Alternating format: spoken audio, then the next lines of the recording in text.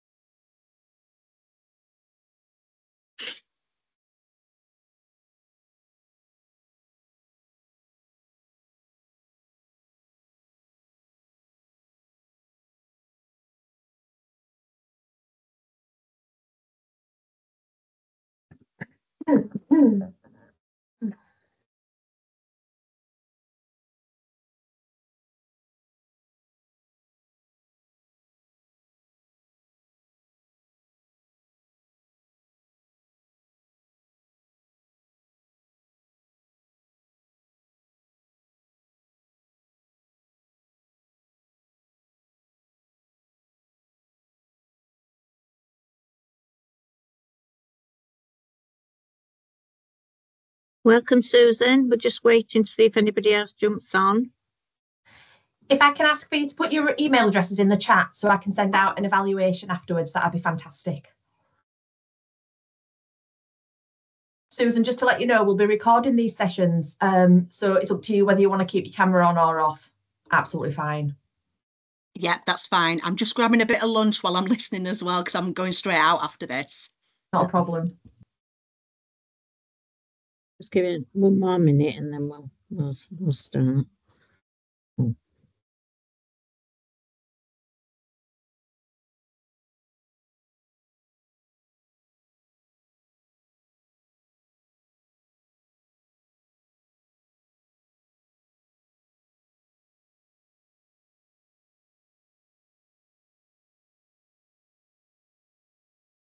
you want me to start, Sally? I don't mind. I can, it's up to you. Will you be able to see the notes? I've got some. I'll be. Put my feet up. I'm not. Hi everybody. Just for those that have just joined, if you can just pop your email into the chat box just so that I can then send out some evaluation forms, that'd be fantastic. So it's 12 o'clock. Welcome everybody to our second to last, I think, lunchtime learning session. I think we're hoping to do some more after April, but we haven't got any organised yet, but there will be some more dates coming out. So as always, there's myself and Jayne. So I'm Sally Smith. I'm one of the perinatal and infant mental health clinical leads across the 0 to 19 team. And me and Jayne head up the parent and infant relationship team. And this is Jayne Fisher, my partner in crime, who is also the other perinatal and infant mental health clinical lead in the PARE team. Lunchtime learning. Today we're going to be talking about the parent-infant relationship team, us, and also our how having a crying baby or a baby that cries a lot, should we say, can impact the parent and infant relationship. Hopefully this session will spark some really interesting forms of discussion. Ask any questions that you do want, pop any in the chat that you don't feel like kind of sharing with everybody. Very informal. Both myself and Jayne don't mind you interrupting if you do want to ask questions as we go through, or anything that you feel that you want to share. All of these learning sessions are available on Catch Up. So if you do want to catch any of the previous ones, you can access them through the Safeguarding Children's Partnership Board. If you search parent and infant relationship team. So who are we? So me and Jayne are part of the pair team. So if you aren't already aware, we work with families where there is a challenge or a difficulty in their relationship, in the relationship that they're forming together in their family unit. Wakefield Parent and Infant Relationship Team, we work with families at any point from conception to 2 years. We recognise and champion that 1,001 critical days, because we know that the vast majority of brain development, emotional, social, physical development is happening for that baby in that kind of golden window. And we offer a range of interventions to support or promote the parent-infant relationship where there are some difficulties.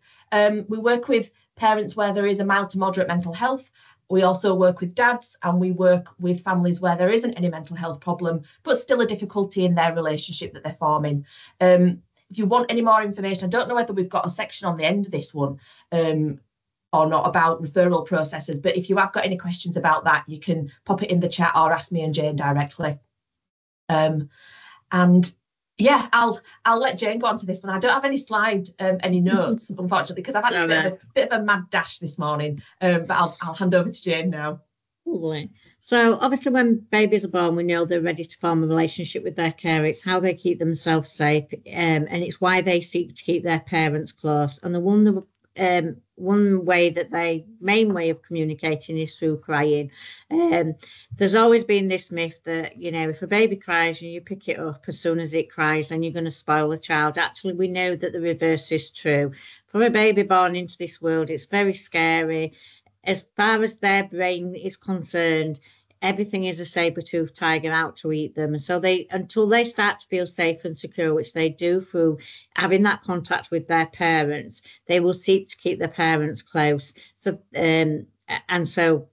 and the more that their parents meet that need, then the more confident that child will go on to be in later life and realise that actually I can separate a bit longer because I know that when I'm feeling insecure or when I'm feeling unsafe, my parents are there to meet that need. So you can't spoil the child. It's why they go through separation anxiety as well, when we know that from about 6 months, children go through a good period of separation anxiety, where they'll seek to keep the parents close again, and that's usually because it's a time when they might be going to nursery, or if parents are going back to work, or they may be shifted into their own bedroom, etc. So crying is a big way of how they communicate, along with the cues. So we talk a lot about attachment style and the way that they adapt an attachment style. Whether insecure or secure is a way of, again, of keeping them safe in the environment that they live in. And babies are born helpless in a lot of physical ways. They still have a lot of brain development to do, as Sally said. We know that the brain connections in that first 1,001 critical days, so from conception to 2 years, are at the fastest, at about 1 million per second. And it's why children will go, particularly through that first year, they will have periods of significant crying, inconsolable crying, with no matter what the parent does, that baby will not respond. And it's all to do with that brain development, what's happening within that brain for that child at the time. And it's when initially all the connections are soft wired, but the more that they have a relationship with the parents, the more that they have appropriate interactions that are sensitive and responsive with those parents, then the brain, those connections will then add wire in the brain and be there for life. So if they have a positive interactions with the parents, if they get the needs met when they express this crying or through their cues, then they will have good brain connections. That doesn't mean to say there isn't hope after that 2 years, because the brain remains plastic. So there's always hope for intervention and to start to make things right if that connection hasn't been there before. And emotional regulation, babies are not born able to regulate their own emotions. It's a key part of a parent's role for an infant. Infants need the parents to co-regulate them. So in effect, what they need is a parent to be there that's calm, that can regulate their own emotions, that can stay with and be with that child when they're upset, and that's throughout the life, so that then they can gradually learn about to self-regulate through that co-regulation first.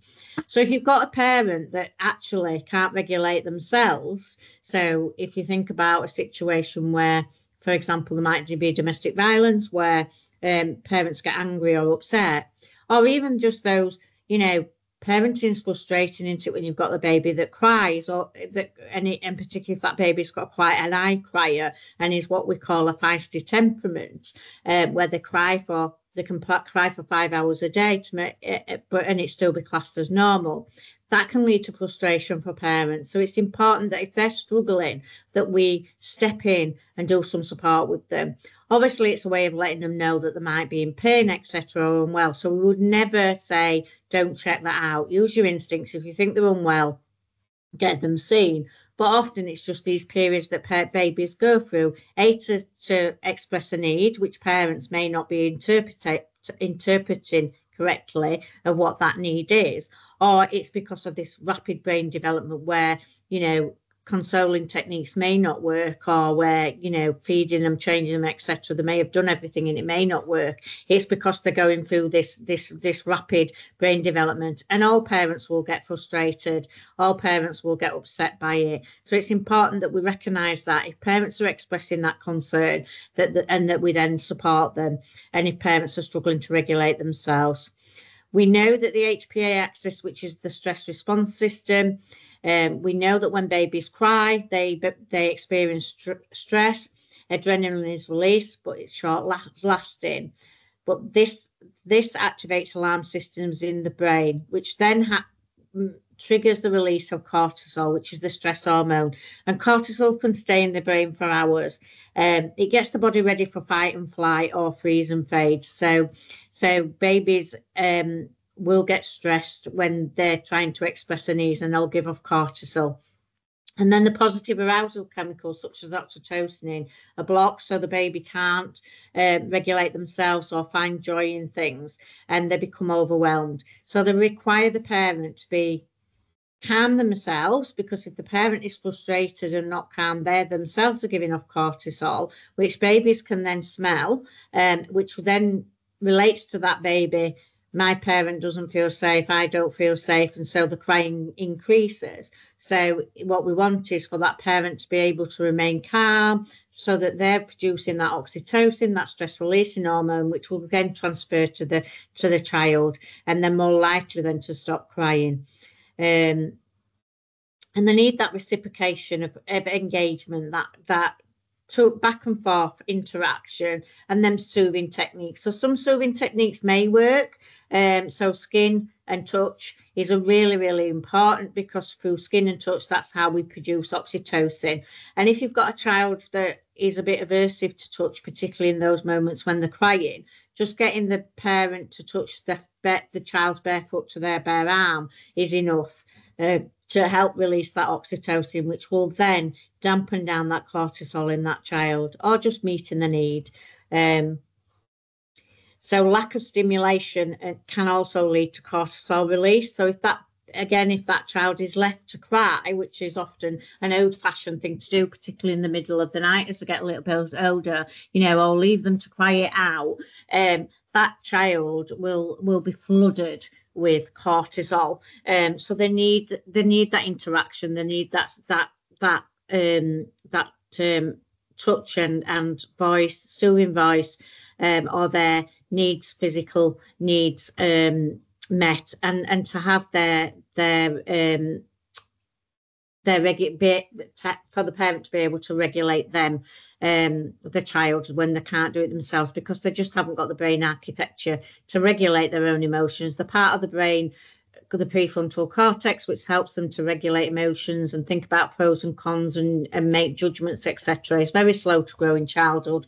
Does most of its growth in in teenage years, and is fully developed when we're 25. So there'll be always periods where the child will struggle to manage their own emotions, but the more that they have a parent who's there co-regulating them, who can be calm, the quicker that child will learn how to regulate their own emotions. They don't have to wait till the teenagers for that brain to grow before they can learn to regulate their own emotions. But there will be periods where they can't, and where they'll need that parent to be really supportive in that way, and not shout at them, or or give in to them or whatever, but to just be there with them, which can be really difficult for parents if they didn't have that themselves, if they didn't have somebody who was there with them when they were upset or when they were crying.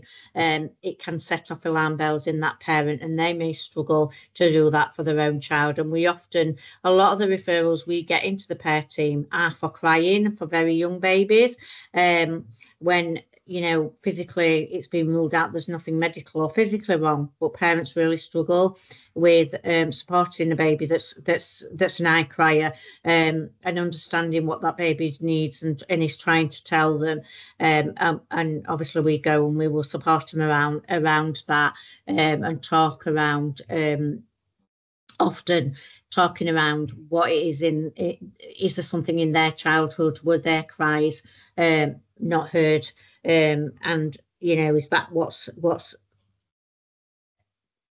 impacting on how they respond to the baby's crying. And that's where the Circle of Security parenting program that we deliver as an intervention is quite useful in those situations, as well as doing your ready to relate stuff. If you've not done your training, please access your ready to relate training through the Wakefield Safeguarding Children's board. On the training webinar, there's 2 more dates, one in March and one in May, for you to be able to access that free. And it goes through all the things that we've talked about in the lunchtime learning in greater depth. So babies cannot control adults. We've already said that before, and we've talked about that prefrontal cortex. They also lack something called glutamate in the frontal lobes, which they need for that making those judgment calls, etc. And like we've said, they are unable to regulate themselves as they develop. As long as the parent meets their needs and is able to co-regulate them, they will learn to self-soothe. They will learn there will be their periods of crying will become less.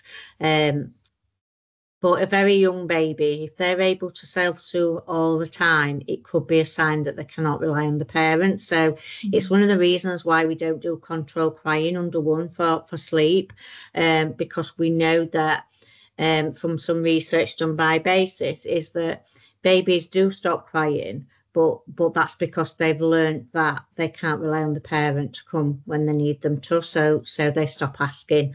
So it's about being aware of that. It is, is this baby self-soothing because they can't rely on the parents to support them? And obviously they're not naughty. They're not deliberately having tantrums as they get older. Again, any behaviour that a young child expresses is they're expressing a need. And that need may be just that they want a connection. So we never use attention seeking in parent and infant relationship work. It's not attention seeking. We need to shift that dialogue to connection seeking. They're doing it. Whatever behaviour they're doing it to seek a connection with their parent, to express a need of something that they need to be able to survive. And what's really interesting is in Circle of Security, that's what we focus on, is the fact that we're thinking about need all the time, and how does that impact the parent? How are parents struggling to be able to meet that need? What does that stir and stoke for them, and how can that trigger some of the difficulties that they're facing in their relationship, and how it has that almost that reciprocity of, well, if I'm stressed, you're stressed, and we're getting that cortisol release in the little one.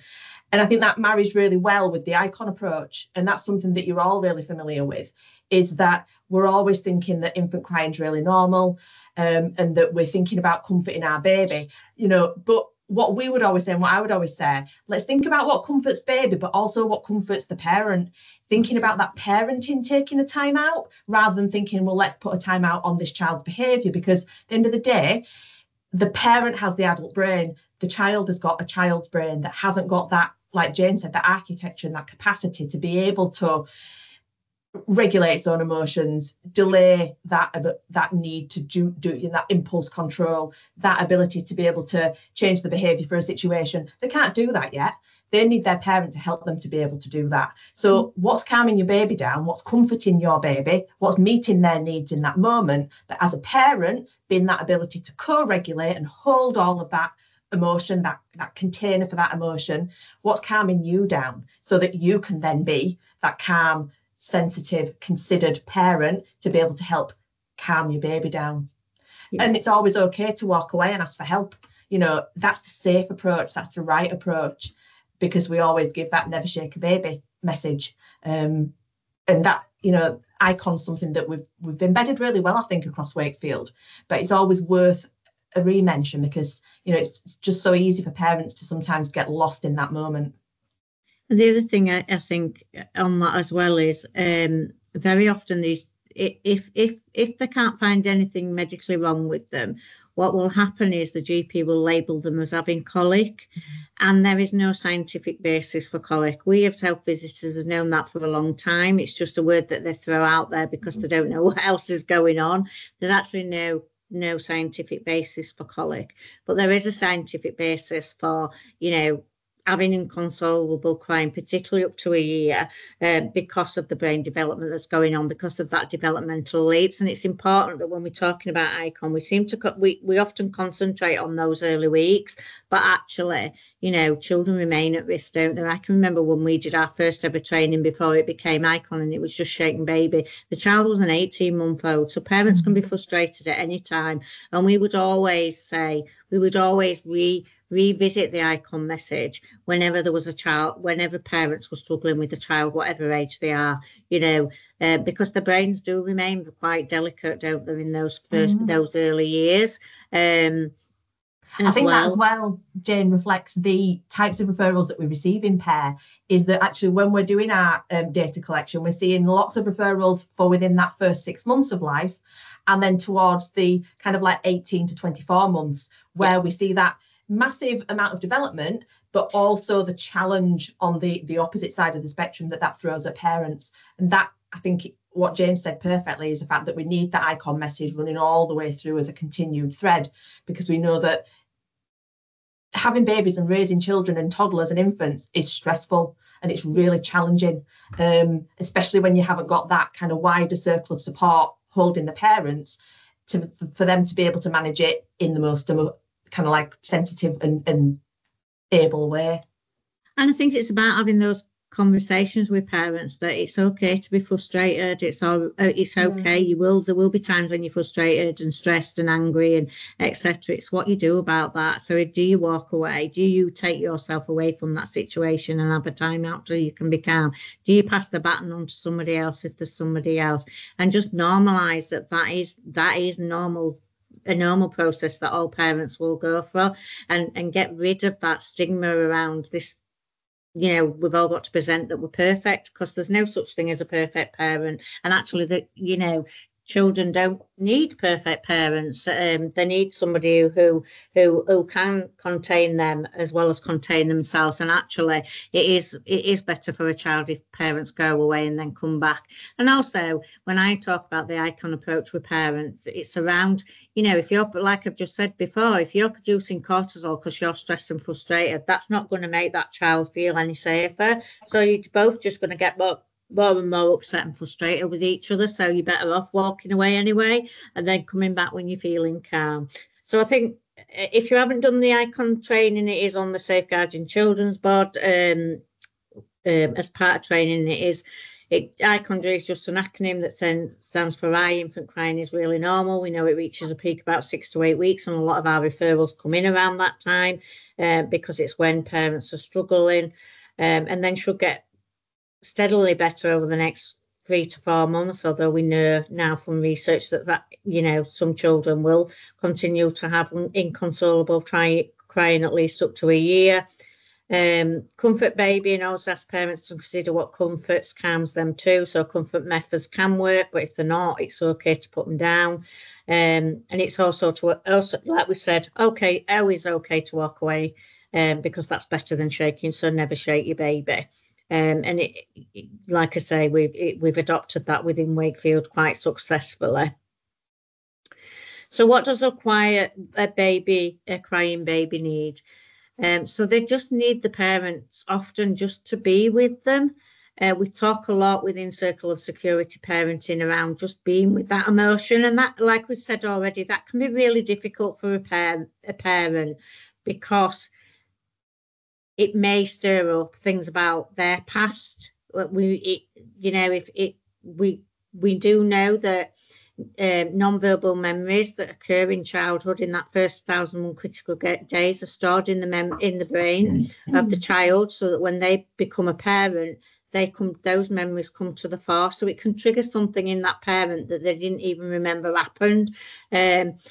So they may struggle to be with that emotion, and we talk around which emotions do you struggle the most with. Some maybe it's when the child is sad. For some parents, it's when the child is trying to go out and play on their own. They bring them back all the time because they're scared that something's going to happen to them. So we talk about that, but it's just being able to be with that emotion and hold that emotion. You don't necessarily always have to jump in and, give cuddles and things, particularly, if you're thinking about a toddler when they're, expressing that their emotional cup needs refilling and they may be kicking or whatever. On the floor and stuff. They may not want you to touch them, but it's just actually being there, being that calm, reasonable person that says to them, "You're safe. It's okay to feel how you're feeling. I'm here. I can manage it. I can support you through it." The parents also need to be something called bigger, stronger, wiser, and kind. But and again, that's a term that we use very much in Circle of Security parenting.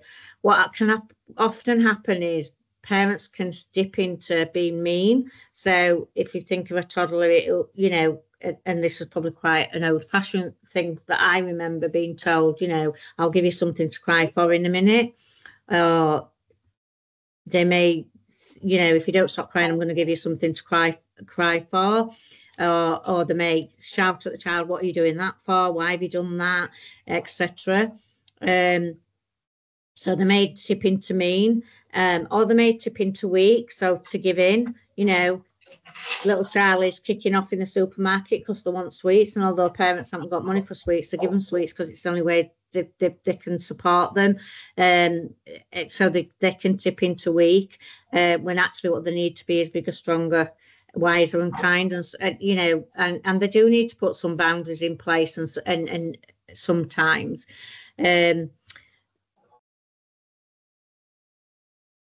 So, like we said before, a parent who can regulate their own emotions, contain their child's emotions, teach them the world is safe. They need this, and then they only have to do it 30% of the time. They only have to get it right 30% of the time for babies to be okay, for children to be okay. And it's not about, we all rupture relationships. We all sometimes say things that we don't mean to say, but it's being able to repair that relationship afterwards. So when that child is calm, and has let out all them huge emotions that they can't manage, they can't regulate themselves, it's then about you saying, you were really angry then, that's okay, and repairing that relationship. It's not about saying, "Why did you do that? You were really naughty, you shouldn't do that again," because that's not repairing the relationship. And I think sometimes the expectations we have of our children are far higher than we have as adults. And I think we try and get parents to think about that, in that, we all get angry, we all get frustrated, we all get sad.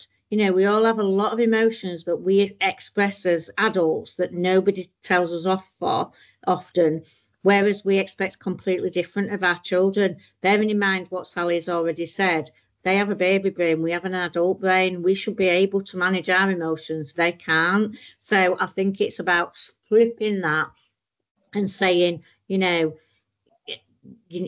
have a right to express that emotion, and I understand, and I can support you in it. Obviously, boundaries are put in place if that child is kicking, hitting. It's all right for the parent to say, you know, it's not okay to do that, but it's okay to have the actual emotion. So yeah. So what do they need? They need same. So they need safety. A caregiver will safeguard and buffer the impact of stress from a baby, reading the cues effectively and preempting. And again, we do a lot of work within Ready to Relate around cues and what are engagement cues and what are disengagement cues, because very young babies, as well as crying being a means of communication, give very clear disengagement and engagement cues as well. So it's around teaching parents about that. They need the caregiver to be available, compassionate, and give predictable care for it to be at least 30% of the time, so they know what to expect and what's coming next. They need the parent to be mind-minded. So they need the parent to think about what it's like for that baby. Often we don't. We often think about how we feel and what it's like for us. But we try and switch it to get them to think about what must it be like for that baby in that moment. What must they be feeling? Especially young babies that are really, really helpless in a lot of senses and rely so heavily on somebody else. And I've used the acronym for a parent that really struggled to get it, of, you know, what would it be like if you had a stroke and you couldn't do anything for yourself? Because that's exactly what it's like for a baby. But babies do develop with support from parents. And they need to be able to do something called marked mirroring, so that, which is a way that babies and young infants learn about their own emotions and learn about how they impact on others. So what we mean by marked mirroring is, if a baby is, particularly if they're showing a negative emotion, the parent would reflect that negative emotion back, but then mark it with so that's mirroring that emotion, but then mark it with a more positive emotion. And what that teaches the baby is, I understand that this is how you're feeling sad, for example, or you're frowning because you're trying to work things out and you're feeling a bit odd, but you're all right because I'm giving you a positive emotion that shows that I recognize how you're feeling and I can support that. And again, that's how babies learn about emotions and how they impact on others, and that their parents can emotionally contain them.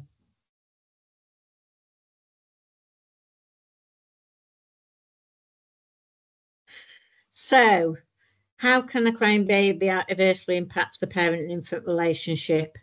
And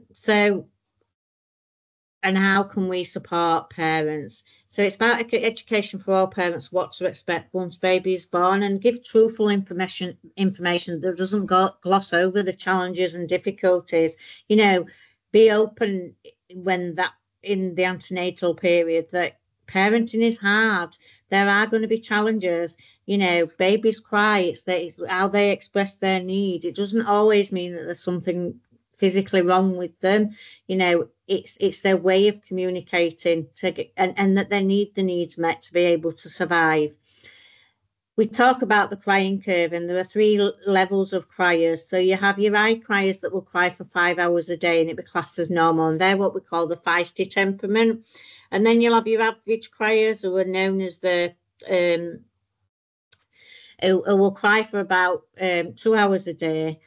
Because they've all babies have got need, and they're usually an easygoing temperament. And then you've got your low level babies, your slow to burn babies, who'll probably cry about 20 minutes a day, but can easily be seen as the good babies and get left and not get the right stimulation. So we talk about that. We talk about that peak of crying that's going to come, you know, and about the icon message and those mismatching of cues, you know, that sometimes we may not see, we may miss the cues, which is fine. If you're getting it right 30% of the time. We talk about obviously temperament and what that temperament is, as I've just said, and what's the difference between that and personality. Temperament is stable over time. It's there at birth, and very quickly they develop a personality dependent on the experiences they have once they're born. And we'll often ask them if a parent can describe to you very young what their child's personality is, even if they say, oh, he likes this, or he likes that rattle, or oh, he's a cheeky little one, or he don't like his bath. That's a good indication that they're thinking about that child. They're thinking that child has got thoughts and feelings, and is not just something that poos and wheezes and cries all the time. Also think about, is there something else going on? Is there, are the parents, is it an eye crier, or is it just that the parents are struggling with the mental health? Is there an issue with the parent-infant relationship? Are they struggling to form a bond with that baby? And be open and honest in those conversations with parents that, 70% of us, up to 70% of us don't fall in love with our baby straight away, and that's okay. Let's support you to get there. Have they gone through birth trauma? Are they feeling resentful because of that birth trauma? And we do refer them on to for birth trauma debriefs if needed, because that can have a huge impact about how they see their baby. It can have a huge impact on partners as well. If partners have witnessed a birth that they see as being a traumatic birth, and we have had dads exactly that in that position that have been under us because they struggled with that connection with the baby because of what they saw the partner go through during the pregnancy, during the birth. Have the parents got ghosts in the nursery? Have they got those adverse childhood experiences that are impacting on how they're feeling now as a parent? Those non-verbal memories that are stored there from birth, of their awful experience. If they've had awful experience of being parented, are they casting that ghost in that nursery? Are they casting a shadow over how they're feeling about their baby? And again, if it is, there is support, and how can we support them with that? And what's it like when you've got an unsettled baby? What is that making you feel like? How do you manage it? So when you've got a baby that's, I was going to say, when a baby's crying at you all the time, it's very easy for a parent that's already feeling quite low for maybe one of the other reasons, or just emotionally exhausted because they've literally just had a baby. And that's really normal. If you've got a baby that won't settle for you, as a parent, you feel as though that is your one job and your one goal in life is to make your baby. Surely, if this is my baby, I should be able to help them settle down and soothe and feel calm. If all that baby does is cry, that often as a parent, you internalize that and you feel as though it's your fault. And you often feel that baby's resenting you, or doesn't like you, or doesn't want to spend time with you, especially when a very calm person walks in the room and they pick up baby and that baby instantly calms down. It's the cortisol effect again, the cortisol oxytocin effect. If that mum's feeling really stressed because all the baby's done is cry and she's sleep exhausted and she's still having horrible memories about delivery, she's going to feel a lot of stress in her body.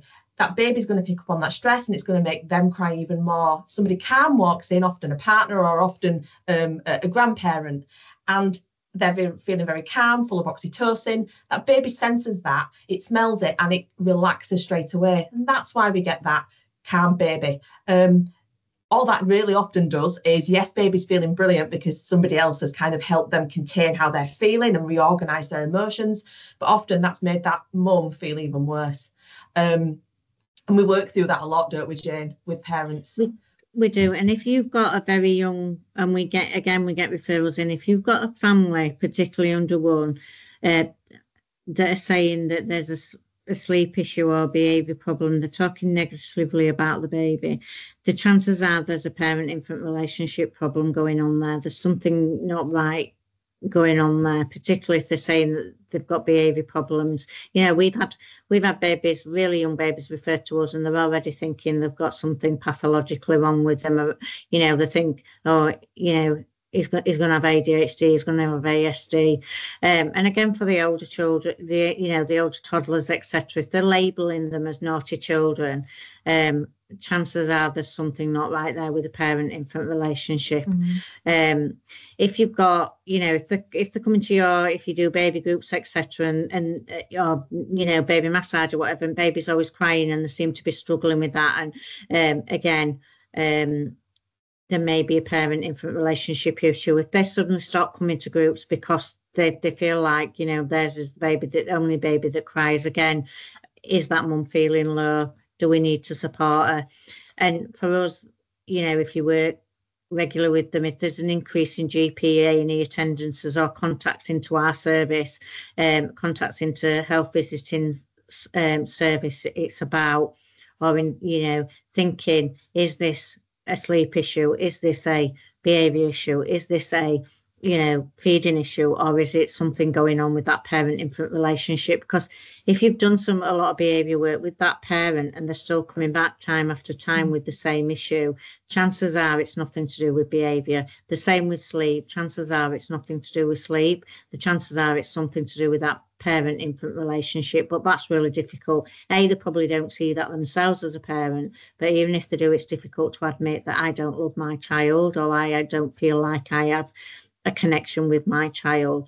That is really difficult for parents to do. But I think if we normalise it and say that, you know, that happens for a lot of parents, you know, and nobody's going to judge you. It's about how we get you there to that position where you feel more confident and where you feel like you've got that connection. Because what we don't want is for that to stay out. If that stays how it is, chances are that child is going to end up being emotionally neglected, and will have emotional issues, and we'll get into that transgenerational issue, you know, transference of emotional problems. Particularly if they're blaming the child all the time, when actually often it's not the child's issue. It's how a parent response to that child.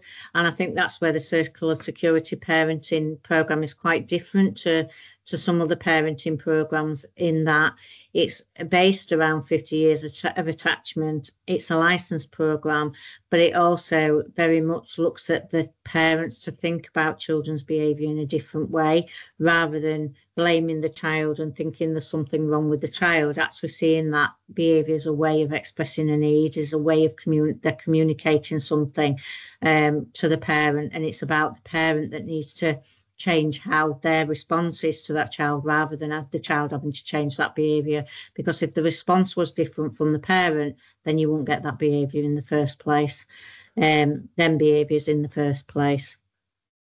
So one of the things we do as well is we use something called the consoling technique. It's also a sleep and soothing technique, which you use under one for sleep, as well as for sleep, rather than, we don't do control crying and moving the chair, etc.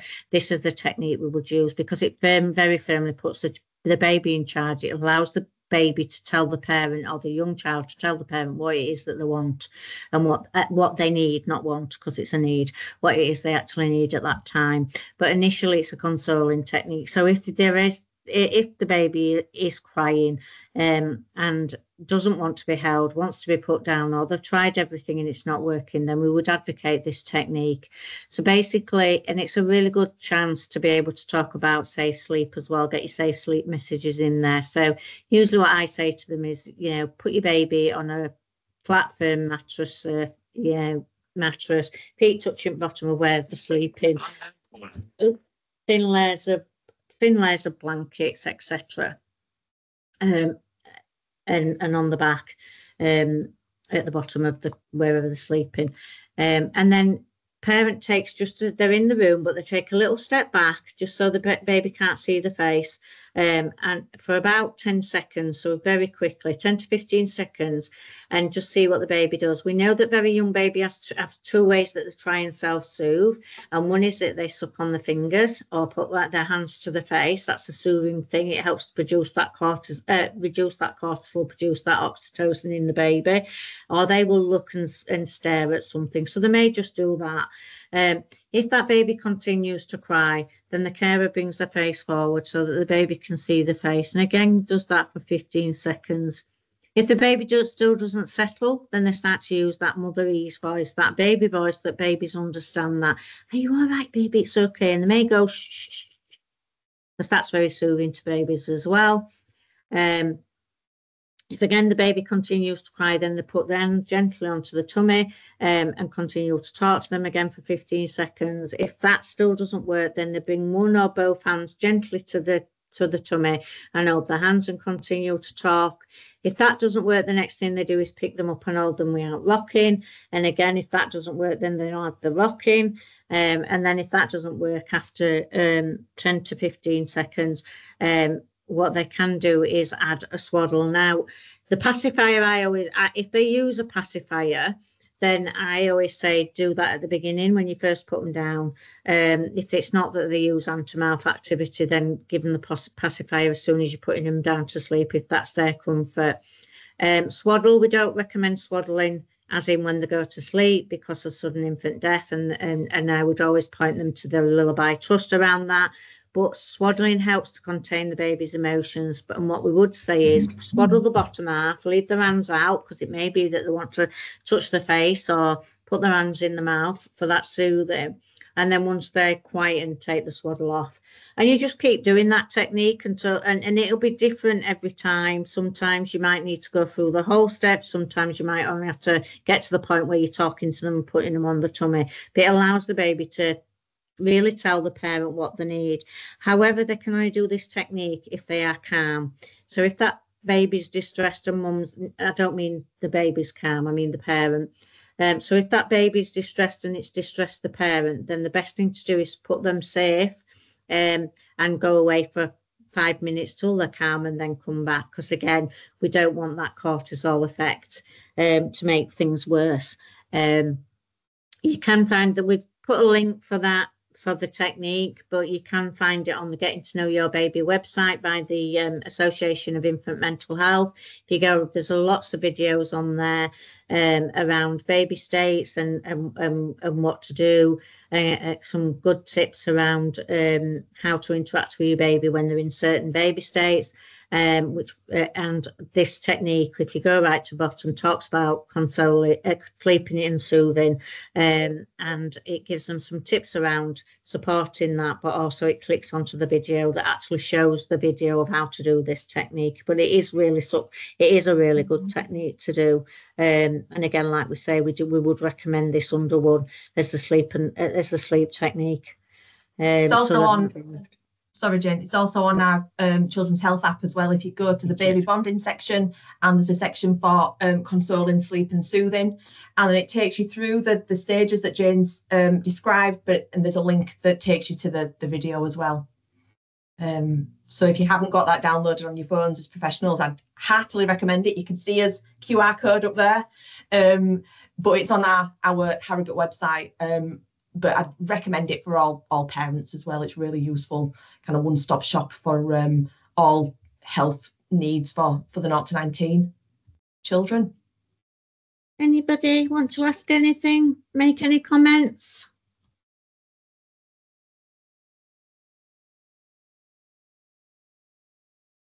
Can I just ask something, please? You can. Hiya, sorry. It's just coming back to, you mentioned the colic. Yes.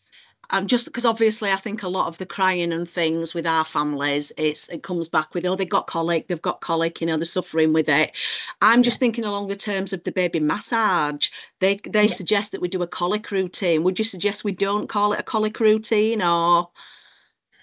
I would just say call it a baby massage group. I think the joy of baby massage for me is, and why it works so well, and it was part of the pathway that we would refer for baby massage one-to-one if we needed to, is that touch, is that reducing of cortisol. So you're going to have unsettled babies that are unsettled because they might be a bit gassy or whatever. Although we are the only country that wins our babies. We're absolutely obsessed with it. Other countries don't actually win the babies. Other countries have other things that they're worried about. So Polish people are often worried about babies' backs. So when we do, when at the first exam by the paediatrician and at 6 to 8 weeks, and we do it in something called MBAS, you pull the baby to sit. That really freaks out Polish people because they think they're going to hurt the back. They don't like other countries, it's the liver. They think there's, something going to be wrong with the liver.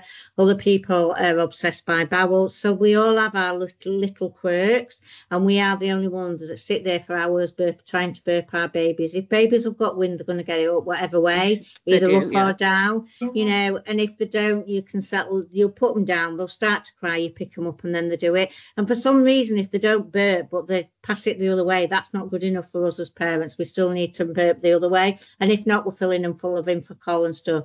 If, there's no harm to Infocol and all these things. They don't actually work. They don't actually do anything. But there's, they don't cause any harm either.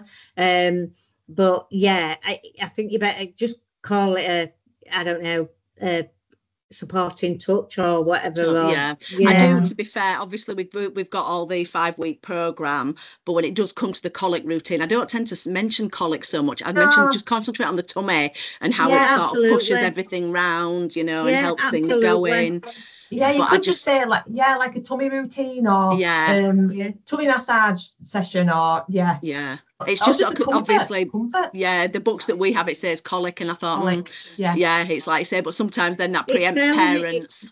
I think we have to call it that though, because it's a program. I think we have to call it by its name because it is part of the program. I don't think we would be able to change that. I think it's just a colic relief strokes as part of a session. Yeah. I think it is just okay to explain to them though, isn't it? Like I do every time beforehand about there's no scientific proof for colic. This is what we think there is, but actually I always just refer back to it calms me, so it must calm them. I always go back to the oxytocin type explanation for it anyway when we're doing that massage. So they've done it's come from the Association of Infant Mental Health, which is Warwick University, which they're all seeing, they do a lot of research, and it came from the professor there, who's, I know her first name's Jayne, but I can't remember what her second name is. And I went to a webinar and she said that that's where it's come from. So to get traditionally get a diagnosis of what was called colic, it was that they had to cry for up to 3 hours a day for 3 days a week, for at least 3 days a week, 3 days a week over 3 weeks, and then they'd give them there's no scientific evidence for that at all. It's just, and I think it's a thrown away thing that GPs give, bless them, because they're very medical minded, aren't they? And it's got to be something. So they've got to give them something. So I think it's just about, we know that actually massaging helps to move everything down there, doesn't it? It's like, it's what you do yourself. If you've got tummy ache, you massage your tummy and it helps to move your bowel along often, doesn't it? Or helps soothe something. So there's no, but the actual colic, it's, the thing for colic, all that where it used to be, if they're bringing the knees up and crying, that's actually just they make that noise because when they're initially born, obviously they don't have to do it. They don't have to pull out because the bowel's not used to having food.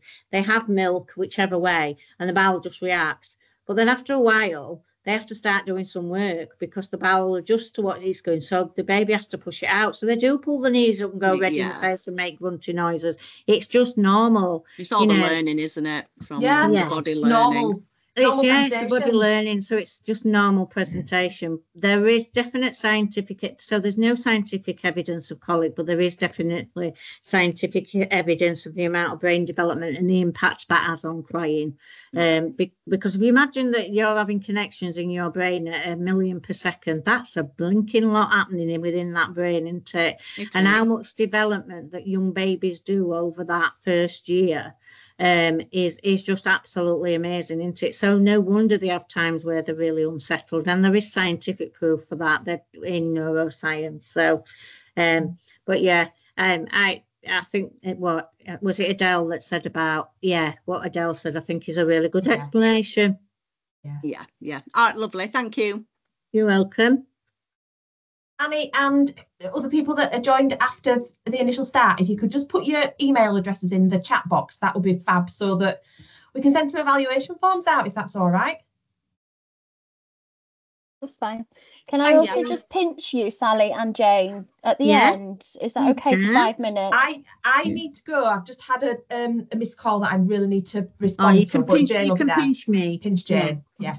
So thank you everybody for attending. If you just let your colleagues know that obviously these go up onto YouTube later on for us things, but it helps people to sort of catch up. And if there's any topics that you particularly want to know about that's to do with obviously parent-infant relationships and the impact, etc., then please do let us know. You know, if you want to know more about, for example, circle of security parenting. I know we've done some videos which hopefully you've seen now. At the hubs that were done for your training, there was one Sally did big, I did cost, there's speech and language, there's FMP, there's lots of us done different videos for your learning. But if you do want to, you know, if there's any specific topic that you want to learn more about that you'd like us to cover, then please do email us and let us know. Thank you. And we'll let you all go. Thank you. Thanks, everybody. Bye. Do you want to take there, stop recording? Okay.